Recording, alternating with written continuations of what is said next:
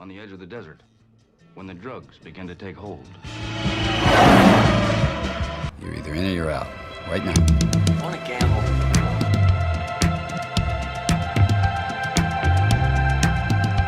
I never want to hear those words out of your mouth again. Gambling is not your problem. Has anybody ever told you before of your bad luck? Most gamblers, when they go to gamble, they go to win. Those were my mother's dying words. When we go to gamble, we go to lose.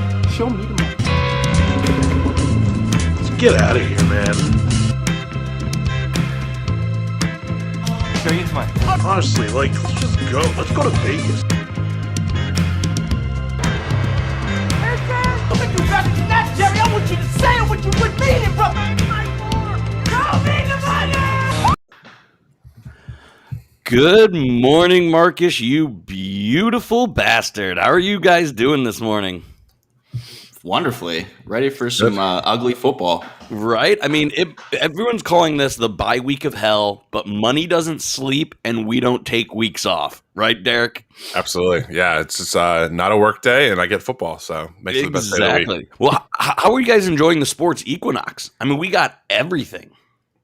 I love this time of year. Like, I obviously probably my number one sport, hockey, back in action. And then the NFL's in the middle of the season. College football's in the middle of the season. It's the best time. I mean, basketball's on, but who fucking cares? Right. I mean, I know my wallet is happy. Hockey's back. I mean, early season overs literally might, help pay for my entire year of gambling. There you go. But enough about me. Marcus, let's jump into a wild week last week because you guys kind of struggled where I luckily looked like a genius. Yeah. All in all, it wasn't a lot of struggle. Obviously, the biggest game for me, biggest L was Chargers-Ravens, and we get to talk about the Ravens again this week. I'm not going to say they cheated because it wasn't on for me, but, everyone has a bad day. I'm still going to ride the Chargers very high. They're a great team. But Lamar Jackson, he's just been awesome, and I hate to see it because he's killing my bank West account. Coast, East Coast, 1 o'clock. West Coast, East Coast, 1 o'clock. I mean, it's tough. But you are right. Let's get into the bye week of hell because we have some interesting games. I'm not going to call them good. I'll call them interesting. And it all starts with an AFC North matchup. Cincinnati at Baltimore. Baltimore minus 6.5, over under 47. Marcus, how do you see this game going? Lessons learned, right? Fool me once, shame on you. Fool me twice, all that bullshit. I can't personally invest a lot of money in this game because my heart just says the Ravens suck. And for the most part, they do. Lamar Jackson's been fantastic. One of the most surprising things, obviously, is Cincinnati.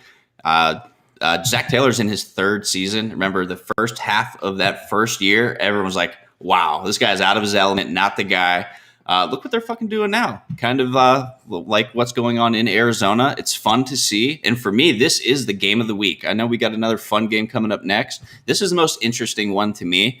I think this game will be close. A lot of those AFC North games generally are very close. So I'm loving the Bengals with the points. Lamar probably finds You're going against Lamar again, you dummy. I have to. You dummy. First off, Zach Taylor definitely works at Enterprise Rent-A-Car during the day and coaches football on the weekends. You won't tell me any different, and that's why I'm absolutely going Baltimore. Cincinnati has played a pretty cake schedule. I think Lamar absolutely eats today. Since he gives up 240 yards in the air, Lamar is averaging 281. A running back is averaging almost 300 yards through the air. I can't believe his over number is so low. I like Lamar in almost every DFS system today, but I especially love his player prop of over 239 yards passing today. And also a weird stat. I always, when previewing these things, I always like to look at weird stats. And Joe Mixon might be Mr. October. He has a touchdown in 6 of his last 7 October games, which means absolutely nothing. But the Ravens are susceptible to rushing touchdowns. That's why if I can get the best running back in a game at plus money, I'm hammering it. So that is why I'm taking Lamar over pass yards and Joe Mixon anytime touchdown at plus 140. Derek, what do you think about those plays? And do you have any other players in this game that might stick out?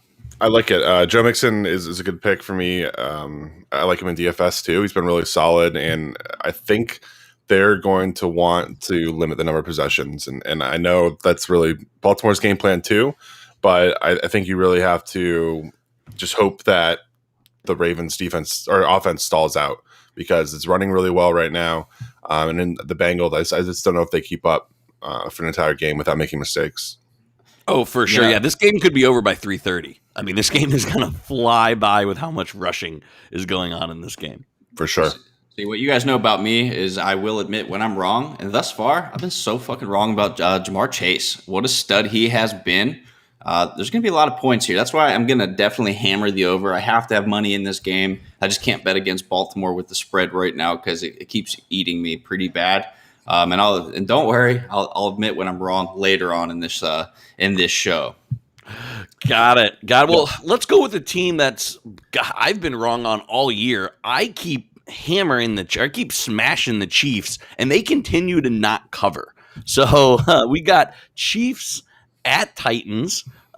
Chiefs are favored by 5.5. And because I'm a dummy and I don't learn a lesson, I'm taking the Chiefs again to cover. Marcus, why am I wrong?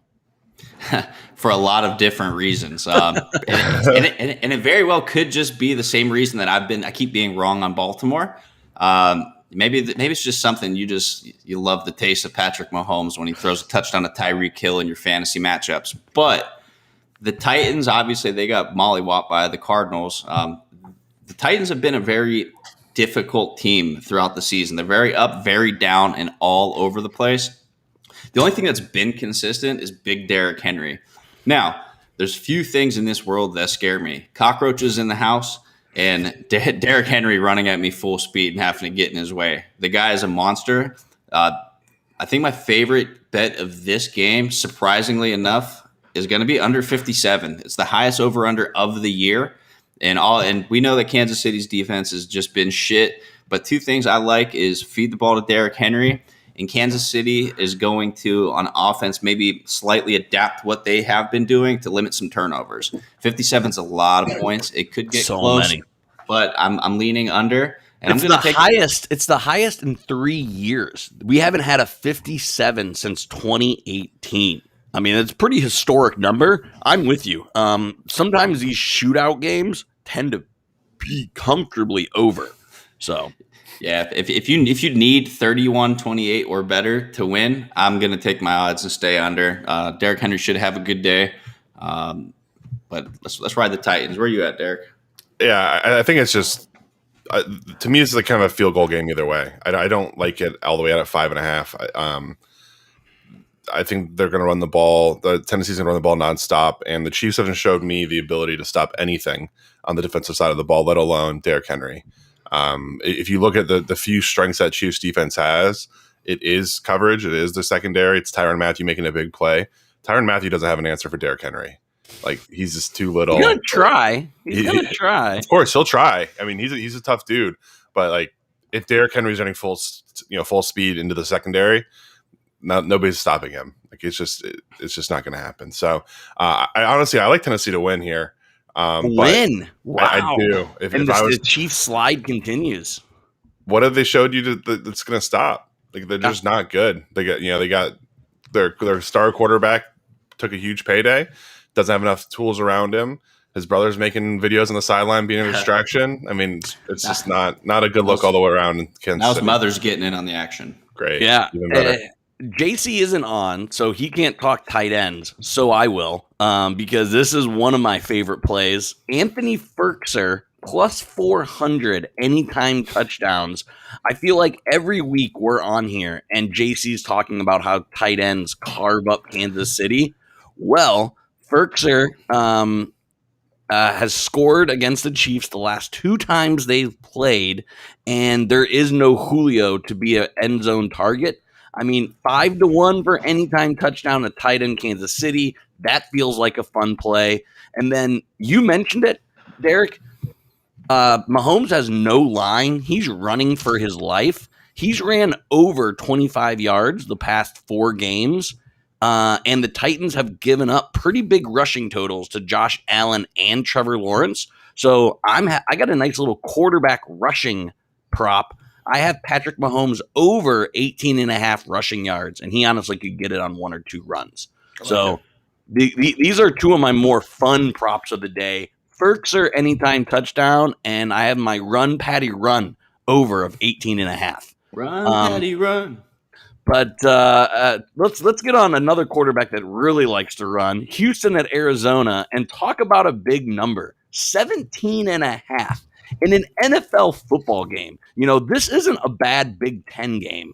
This isn't an AAC conference football game. This is an NFL game with 17 and a half. Marcus, make it make sense.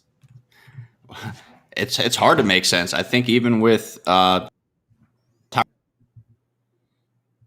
Taylor at quarterback, that line's still going to be jumping on that bandwagon. Same one. I've been leading this bandwagon for the last couple of years. You guys are welcome.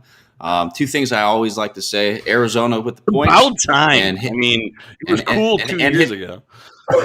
Arizona with the points and over, but I'm going to ride with the Texans plus 17 and a half. And the only reason why is the Cardinals are on a very short week. They got Green Bay on Thursday, and I do like Washington to cover in that. I know we're not going to touch on it too much. Short week, Packers, big game. You have to imagine some of the tensions being pushed on, kind of similar to what happened with Jacksonville. But 3 scores is a lot. The Texans are bad. I know that one of your favorite props, I'm going to kind of piggyback it. I love Zach Ertz's first touchdown as a big fuck you to Philly. The guy can play. I'm always good with saying fuck you to Philly. I mean, that's always in my repertoire. One thing I do wish, however, was there would have been I wish J.J. Watt was a first touchdown prop or anytime touchdown prop. I would definitely hammer it because him at tight end against his former team, that would be icing on the cake. I like the over, but I really, really like the Texans. I hate to say it, I really like the Texans plus 17 and a half. This has backdoor cover written all over it. Like, I'm terrified of the meaningless field goal, 30-10, and then the Texans kick a field goal to meaninglessly cover. It's a gambler's nightmare. Derek, what are your thoughts on this atrocious matchup? Yeah, for me, the Texans have put up under 10 points too many times this year. They have a 3, they have a 0 in there, they have a 9 in there. This could easily be another one of those. There's a really good defensive front in Arizona. I think they're going to get after the quarterback. And I even the 17 and a half just doesn't scare me off enough. I could definitely see the Cardinals scoring 40 points in this game. But I do like, from a DFS standpoint, I do have Braden Cooks in a lot of my lineups, 6,500. They're going to be throwing the ball nonstop. So I do have him in a lot of my DFS lineups. It's going to be a little, they're going to try to keep up, but I just don't think they're going to be able to do it. Now, Derek, let's just take one moment here to praise Brandon Cooks. You and I have been loving him for so long. If you want to talk about the most underrated, if one of the most, if not the most underrated receiver that we've actually gotten to watch play for the last decade, it's Brandon Cooks. Everywhere he goes, it's a 1,000-yard season, 80 catches, 1,000 yards. It's like 6 touchdowns. Yeah, he's very consistent. It's like a mini DeAndre Hopkins, man. It doesn't matter who's at quarterback. Even right now, even with Davis Mills, he's still finding ways to be productive, and nobody wants him. Obviously, concussions and probably his height. He's in a weird spot. I mean, because nobody really views him when you're talking like top 25 wide receivers. Nobody brings him up. I think he's in that range. I think he's right, in that top 25. Ooh, I think he's a little higher. I think I'd put him in the high teens. You can't get traded for a first round draft pick 3 times and not be good. Yeah, right. I mean, are you guys just teeing this up? I mean, I love Brandon Cooks as well. I want in on this love. That's why I'm taking him first touchdown. Okay. You're telling me I can't get the best player on a team at plus 1,500? Are you kidding me? And the Texans have actually scored first in half their games. So they actually have a pretty decent opening script. I get Brandon Cooks at 16-1. That is a smash it. That is absolutely smash it over and over and over. But we're going from one Marcus team to another Marcus team because we have the Colts playing in San Francisco on Sunday night. I have honestly no idea what to make of either one of these teams. Marcus, again, please explain it to me like I'm a 5-year-old. what I mentioned earlier in the show. I was so wrong about the Colts, and right now I'm on a very emotional high, negatively towards them. Do I hate the Colts? Yeah. Do I hate Rodrigo? Yeah. Is his penis undersized? Absolutely. Drew's wrong with those memes, but they've disappointed me. I picked them to win the South, and they obviously just can't do it. I thought Carson Wentz was going to be the proper missing piece because they have good defense, they have the offensive line, they've got the skill players, and they shit the bed. They found a way to blow a 3-score lead to Lamar Jackson, and credit to him in the last 8 minutes. But we got Kyle Shanahan over in You don't San have Francisco. to give credit to Lamar. I mean, we don't have to give credit to the Ravens, even well deserved. Trying to figure out a way for him to blow it, but. Kyle Shanahan's coming off a bye week. Both of these teams are in must-win territory. The Niners, a little bit more so. You don't want to start falling down. They have to keep pace in the West. At least with Indy, if they keep sucking, they can go draft a quarterback in the first round, unlike the Niners. I love the Niners here at home, and it could be an emotional pick, but sometimes emotions work. Niners are going to hammer them. Yeah, I think that defense on rest at home, that's like the only factor here. I think both teams are underperforming where I thought they would be. They're kind of coin flip teams. I don't know what to make of this matchup, so I'm taking the home team with a better defense. Yeah, Wentz is starting to find something. I crush Wentz every chance I get, but I mean, when I was tailgating yesterday in Bloomington, everyone was just drooling over Carson Wentz, and I don't see it, but apparently some people see it. But it does play into my prop. His over is 204 yards. The dude's averaging 260, and the Niners, as good a defense that is, they actually do give up some air yards. So I like the Wentz over. Everyone's all Jonathan Taylor this game. I'm zigging while everyone's zagging. I'm going Wentz over. And I think with Jimmy G back, Debo actually has a great day. He's been getting a lot of targets. His yak is incredible. I think with Jimmy G, I think he gets over 59.5 yards. So I like Wentz and Debo in this game.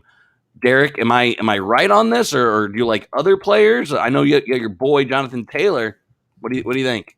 Yeah, I think Jonathan Taylor is a good pick in this one. Mo Alley Cox, I think, is another one that is kind of interesting just because you get him for so cheap, and tight end's such a fucking crapshoot this year. As far as San Francisco, I know like Hasty's back in the mix. Like that backfield's confusing. I would stay away from it in DFS where you got to pick a guy. But if you have one of them in your lineup, obviously it's by Mageddon. Throw him in, maybe play your lottery ticket, and maybe that's the guy that scores 20. By Mageddon, that is so much than bye week of hell. It's gonna be one of them. I just don't know which one of them. So if you have a lotto ticket, play it. There we go. Speaking of lotto ticket, I feel like that's every time Jameis plays a game. We got Jameis versus Geno in Monday night. I'm going to have to gamble this game if I want any reason to watch it. Marcus, what are we looking for? My only bet here is I did take the Saints -5. Generally, if I don't like the Monday night game, even if I do, it's a great hedge to add on to a parlay if you like having a safety option. And this pick is coming with no emotion. The Saints, coming off a bye week, are going to go play a decimated Seahawks team. No quarterback, no running back, and they're going to take care of business. Not saying other teams try to pull specials against teams that are underperforming. That has nothing to do with Pittsburgh and pulling the Mike Tomlin special. I keep mentioning. The Saints roll. They're going to handle business, and hopefully there's going to be some notes taken up in Pittsburgh about how you're supposed to play teams that have no players. I rolled with Seattle last week, and I think I was the only one that took Seattle. I'm being the only one taking Seattle again to cover because Jameis is ready for an egg. He was great against Washington, bad against the Giants. Great against the Patriots, bad against the Panthers. He just had a great week, which means he's ready for a dud. Didn't they just have a bye week, though? Maybe his bad week was the bye week.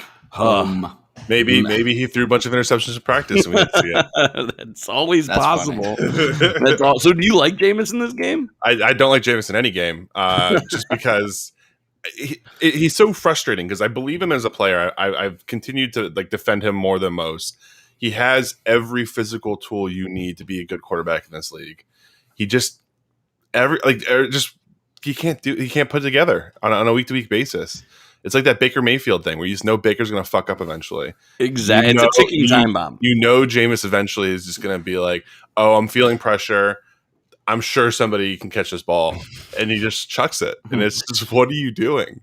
Yes. Yeah, maybe Jamal Adams, who's the second he'll worst be safety. rushing a passer. He won't be anywhere for an interception. Second worst safety, saying he's best in the nation. I thought that was hilarious. But all this shit that I just did, talking shit about Jameis, it's my best bet. It's literally my best bet. His over is 201.5 yards. The Seahawks have the 28th worst passing defense. So I like Jameis to clear this, and it's actually, like I said, it's my best bet. I got Jameis at 197 a few weeks ago. I'm getting Jameis at 201, and then it wouldn't be me if I didn't pick a quarterback interception prop. So Geno didn't get one last week. I think the Saints' opportunistic defense gets an interception. They are fourth in turnovers.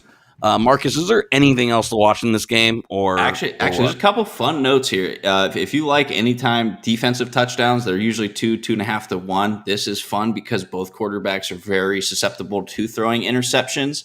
But I'm taking Alvin Kamara first touchdown, and I hate the odds, but all the stars are aligning to him having a big day on the ground. Obviously, he's been successful in the air, but hasn't really done too much on the ground as far as rushing touchdowns. I think he's at 1.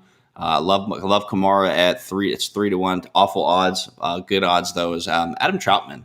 Weird name, tight end, 21 to 1. He's a fun round robin prop ad. Yeah, I mean he's gonna boost whatever he's part of if you have him involved. Cool. Let's go some quick hitters here. Philly Vegas. I love Jalen Hurts to run for his life. Vegas actually has a great pass rush.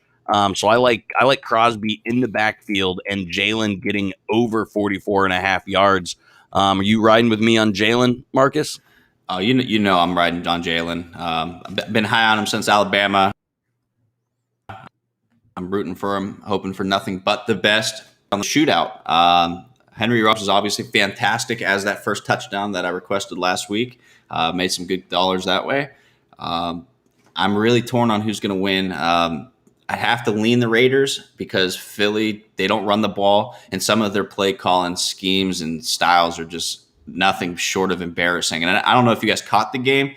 Steve Smith ripped into them, and it was beautiful to listen to. I called them flag football. But like the Raiders, they're going to keep riding this high, and apparently, according to Josh Jacobs, there's no more anxiety on the sideline. So Raiders, and definitely going to take the over. Oh, I mean, Vegas has the Italian mafia on their side. I mean, their head coach is just an absolute dream. I'm riding with the Raiders. They may be my sweetheart of the year for me. This is my lock of the week. Ooh, Raiders -2. The digs. I like this pick a lot. I think the post Gruden Raiders are a legitimate contender. They have the team in place. They have the personnel in place. I think really Gruden was holding them back.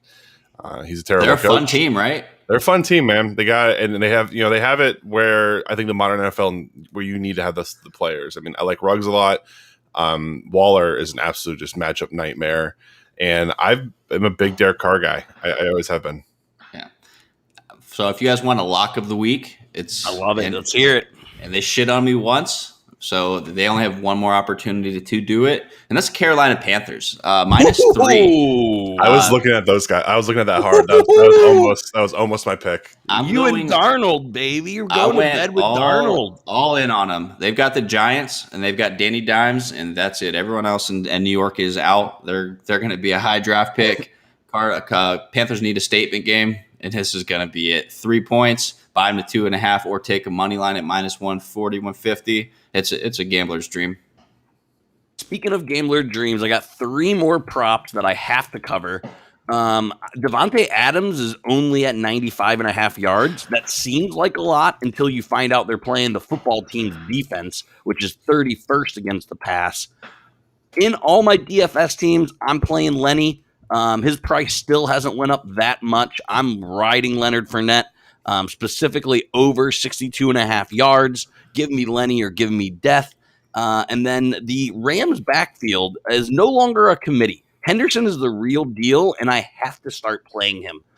So give me Henderson over 79.5 yards. The Lions have the 26th rush defense, and he's definitely the bell cow there in Los Angeles. So Devontae Adams, Leonard Fournette, and Darrell Henderson are three guys I'm running with.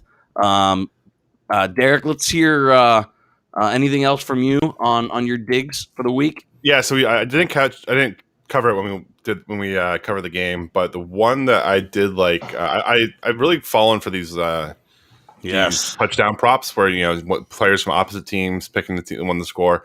Though I did find one for Lamar and Mixon to both score at plus 350. I already cashed that as soon as I saw that on the highlight. I mean, that's almost guaranteed. Yeah, I love that one. Yes, for sure. All right. Well, I think that is it for us. My beer is empty. We got about 2 hours to kick off. So, boys, let's have a good day. Let's make some money and do the damn thing. Yeah, hopefully we have no more 9 overtime games that don't hit the over. Oh, that's an under's dream. It does go everything I'm against. I hate going under, but, that's Big Ten football for you, baby.